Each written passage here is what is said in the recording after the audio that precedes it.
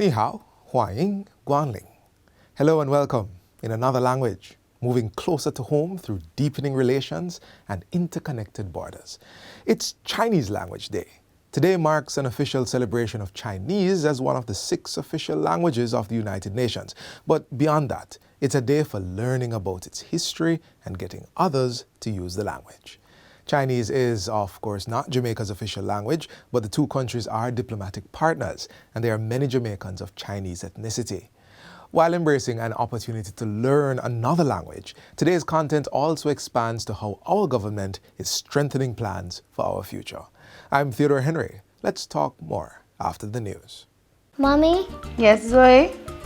Can we read this book? It will only take 10 minutes. Sure, sit down. Every spring, Madame Angel Wing arranges. Do you have 10 minutes? Read with your child today. Reading with your children for just 10 minutes each day helps develop their language and listening skills, stimulates their imagination, and expands their understanding of the world. So, start reading with your child today.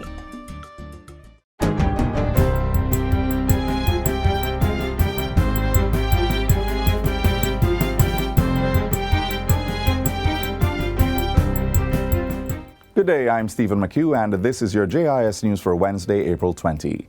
The National Works Agency, NWA, is reporting that motorists can now freely traverse sections of Montego Bay, which were impacted by yesterday's heavy rainfall. NWA Community Relations Officer Janelle Ricketts tells JIS News that floodwaters have subsided in the affected areas. But she says a team from the NWA is currently responding to reports of landslides in and around Montego Bay. Most of the roadways are back to normal in terms of the flood waters subsiding. What we do have now is in terms of washdown silt on several sections of the roadway, including sections of the Elegant Corridor. We also have situations up in the hills in terms of, for example, areas such as John Paul and Spring Mount, where we have incidents of landslips or landslides. The NWA Community Relations Officer says a damage assessment is currently being done to get estimates for repairs to flooded areas. Yesterday's rains resulted in flooding in other parts of St. James, including Fairview, Westgate Hills, South Gully, and St. Clavers Avenue. So far, 1 death has been reported, and a search is underway for an elderly woman who was washed away by the floodwaters.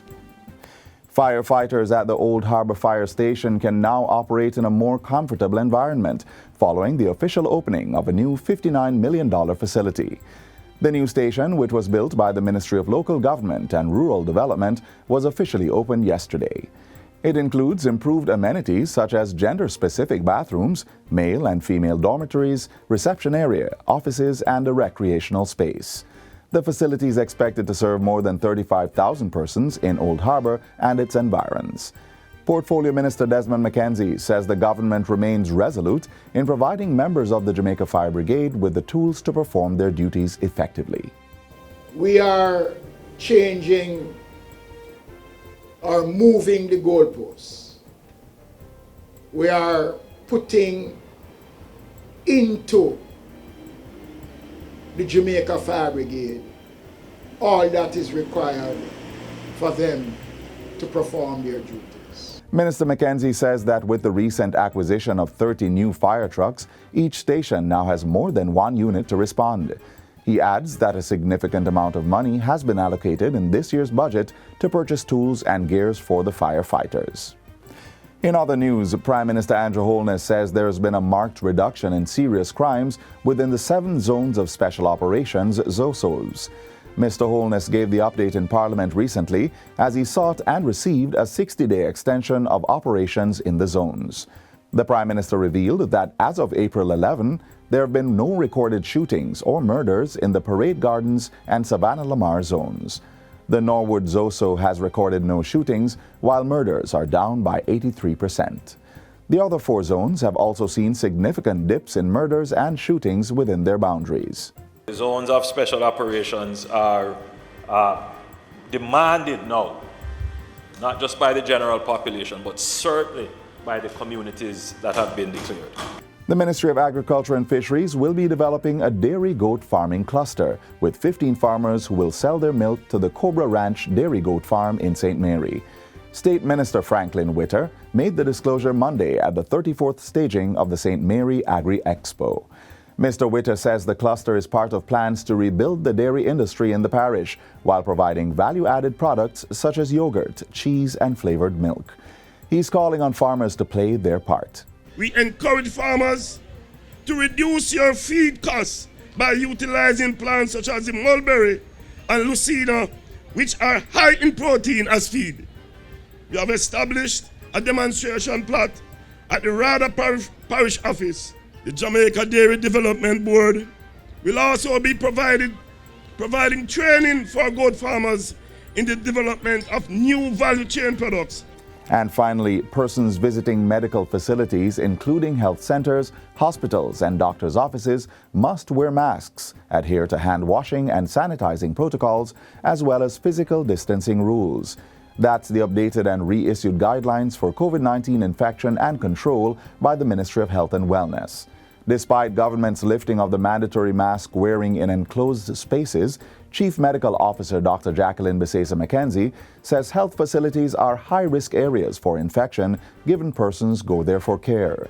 As a result, she says it's important for persons to take the necessary precautions to protect themselves from the virus. Dr. McKenzie says health facilities must maintain the process of screening patients with respiratory symptoms.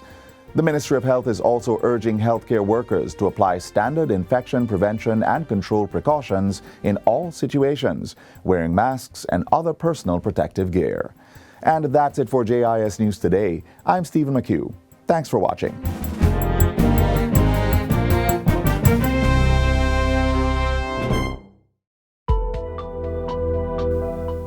I encourage the deaf children to have deaf pride, to know that they can.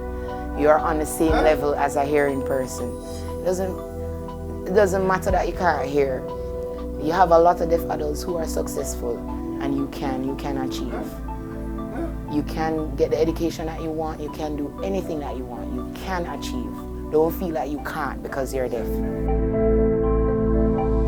In believing that nothing is impossible, I have been able to culture a very positive attitude to life, and that positive attitude has worked for me, and I am confident it will work for others. I would want to say to persons with vision impairment and disabilities that it is critical that they become tooled or retooled with the appropriate technologies that can help to drive the way forward so that they can accomplish their vision and their goals.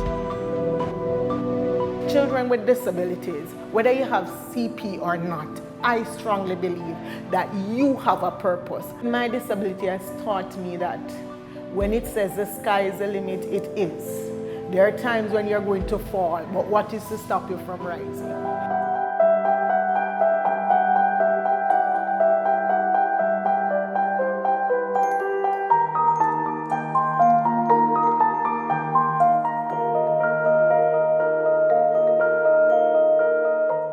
We now step inside the office of the Prime Minister as we watch the unfolding of plans aimed at making our country a much better place. Here's Jamaica House Weekly.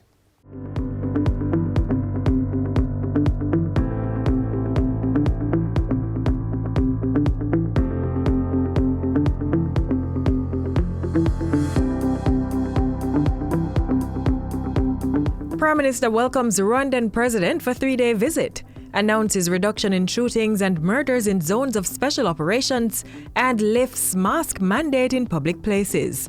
You're watching Jamaica House Weekly. I'm Lorraine Mendez. Most of last week saw Prime Minister Andrew Holness playing host to the President of the Republic of Rwanda, Paul Kagame.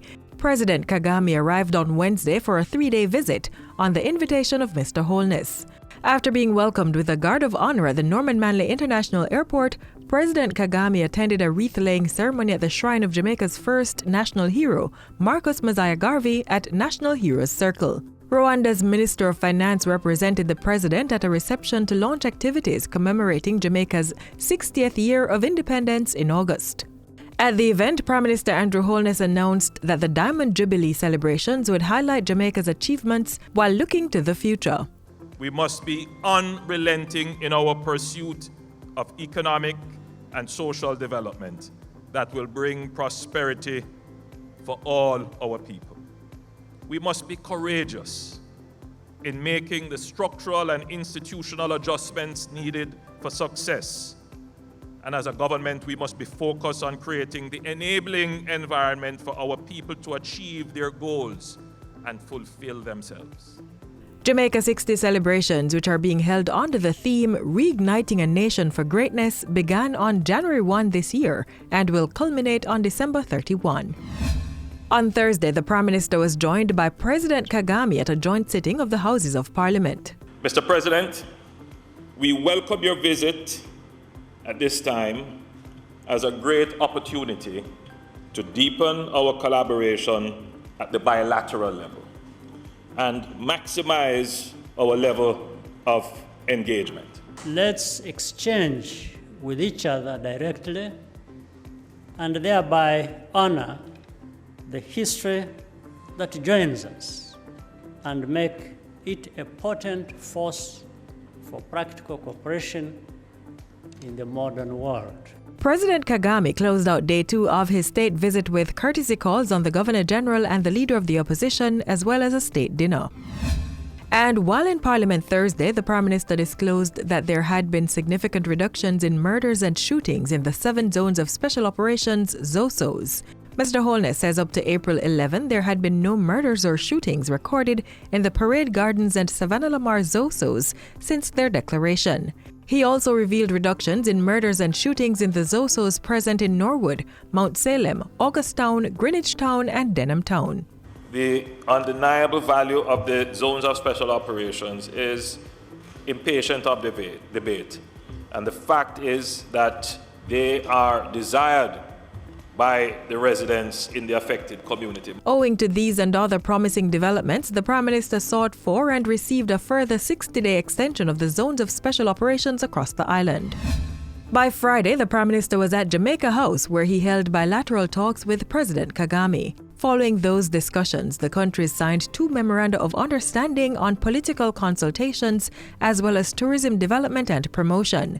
Plans were also advanced to deepen cooperation in a myriad of areas, including ICT, logistics, health, trade, investments, agriculture, culture, energy, and youth engagement. We must now strive to yield concrete benefits from these collaborations between Jamaica and Rwanda.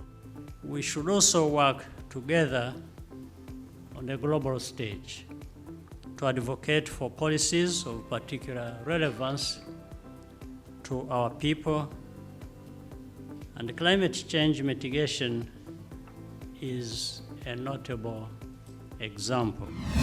Friday also saw the Prime Minister engaging the President of Rwanda in a Think Jamaica 2022 government-to-government and civil society dialogue. The heads of government fielded questions ranging from deepening youth engagement to increasing the involvement of women in politics.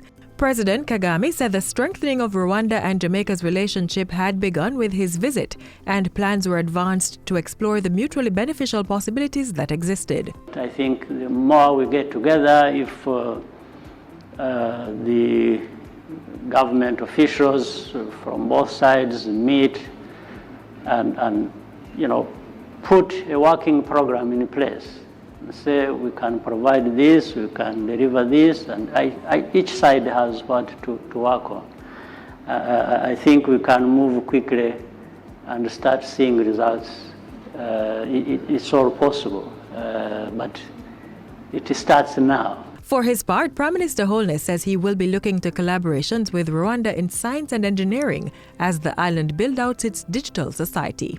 It is very important as the next frontier of development, the next frontier of being able to connect with the world, with partners, so that we can collaborate and solve local problems.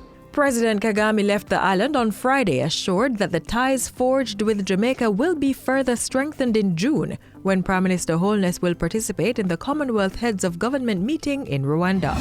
By Saturday, the Prime Minister was at the National Stadium to officially open the 49th Carifta Games. Team Jamaica topped the medal standing at the end of the three-day event with 45 gold, 29 silver and 18 bronze. And that's how we close out Jamaica House Weekly. Be sure to join us next time for more of the news coming out of the Office of the Prime Minister.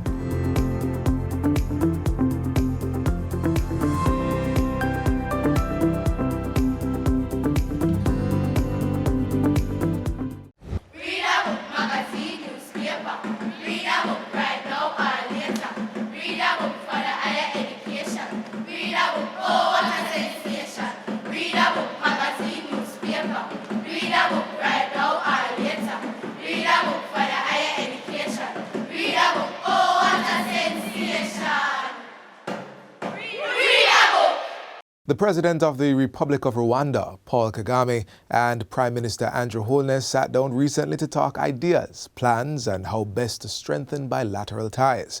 The meeting place was the Think Jamaica 2022 government-to-government dialogue. In yesterday's magazine, you got a taste, and now, here's more.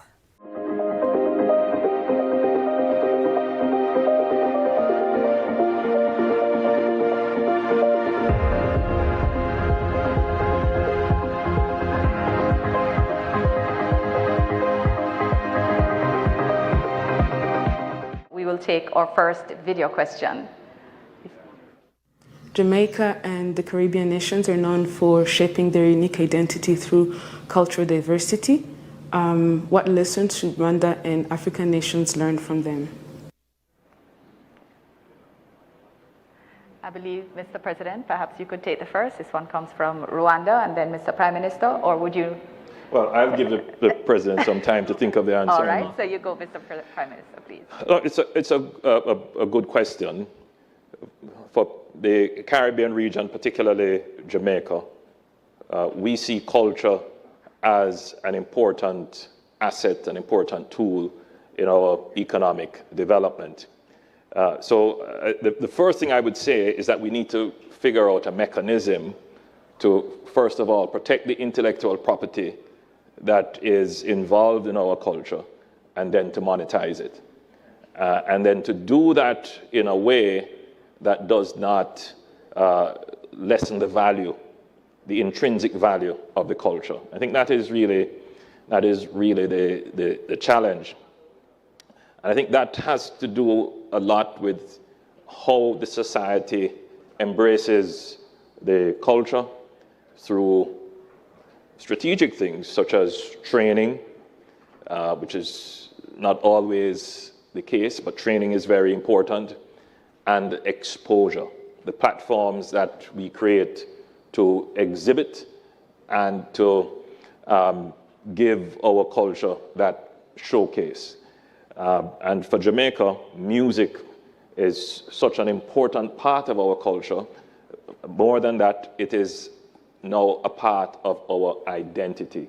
And so for us, we need to embrace it, take greater ownership of it, help to increase the intrinsic value of it, but at the same time, try to monetize it so that it can genuinely, truly reflect as part of our national output.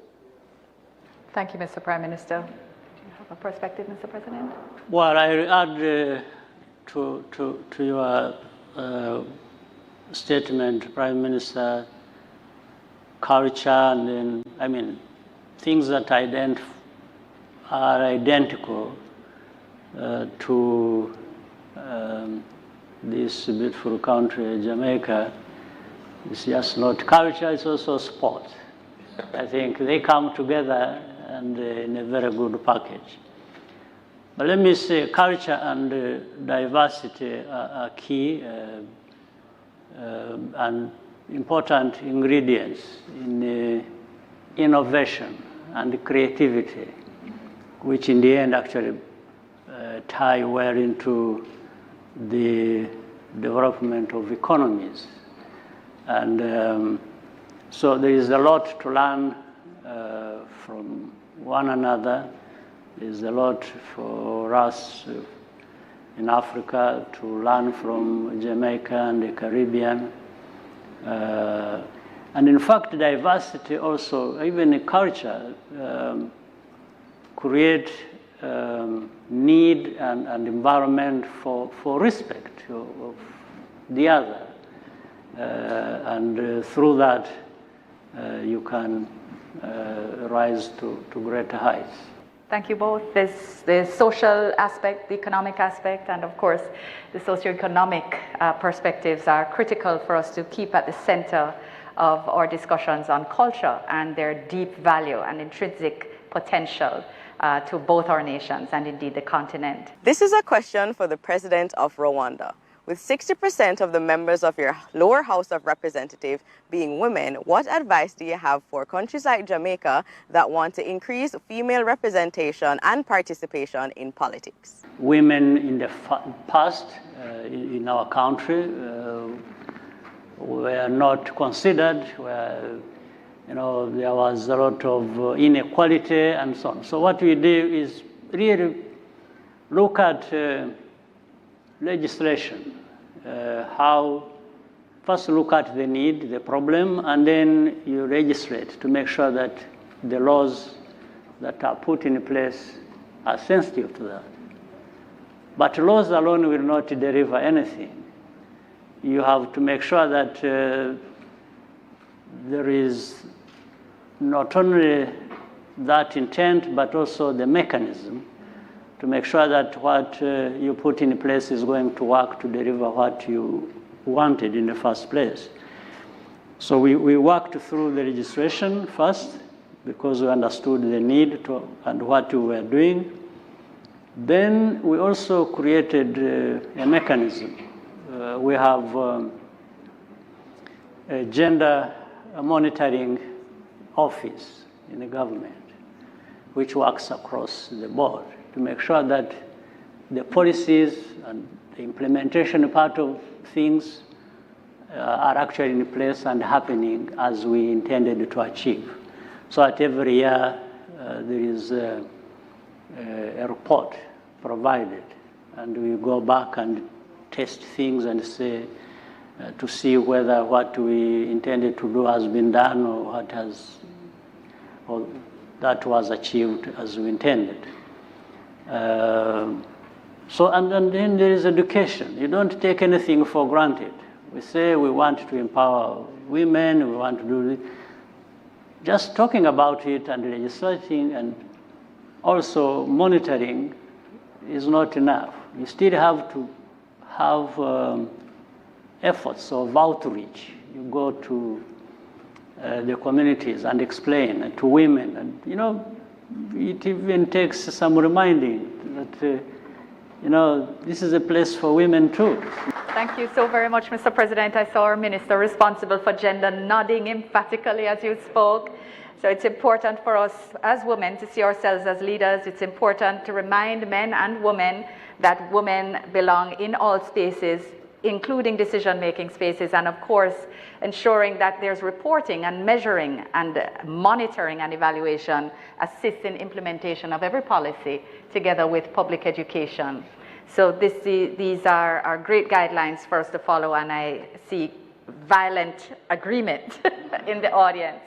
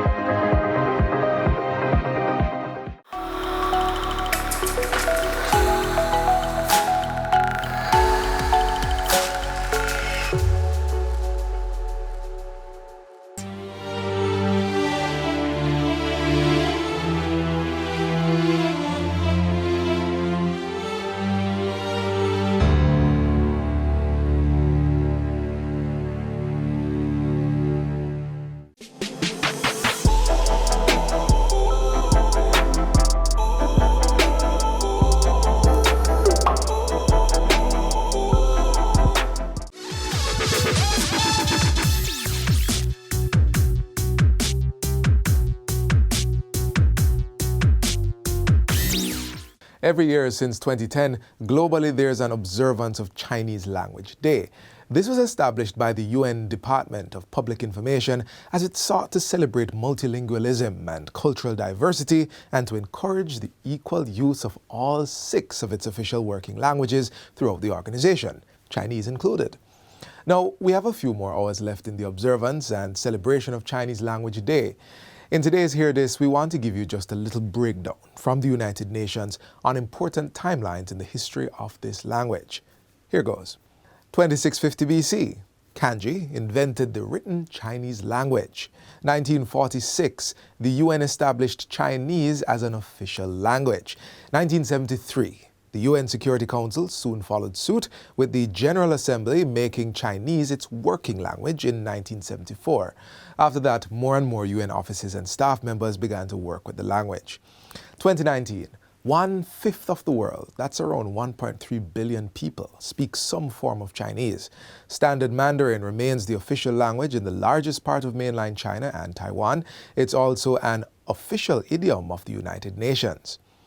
Help us encourage multilingualism and cultural diversity to improve not just the country-to-country relations, but also people-to-people relationships.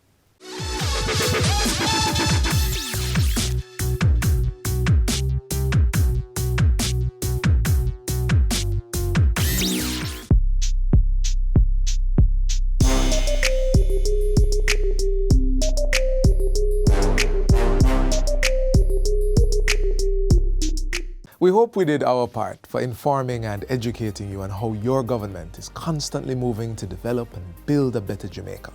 But the work to make Jamaica the country that we all truly want continues beyond the efforts of the government and involves all hands on deck. If you need a little more push to play your part, check out the large volume of content on our YouTube channel. Also, visit our website, Facebook, Instagram, and Twitter pages for more information. From all of us here at the JIS, I'm Theodore Henry. Zaijian, see you soon.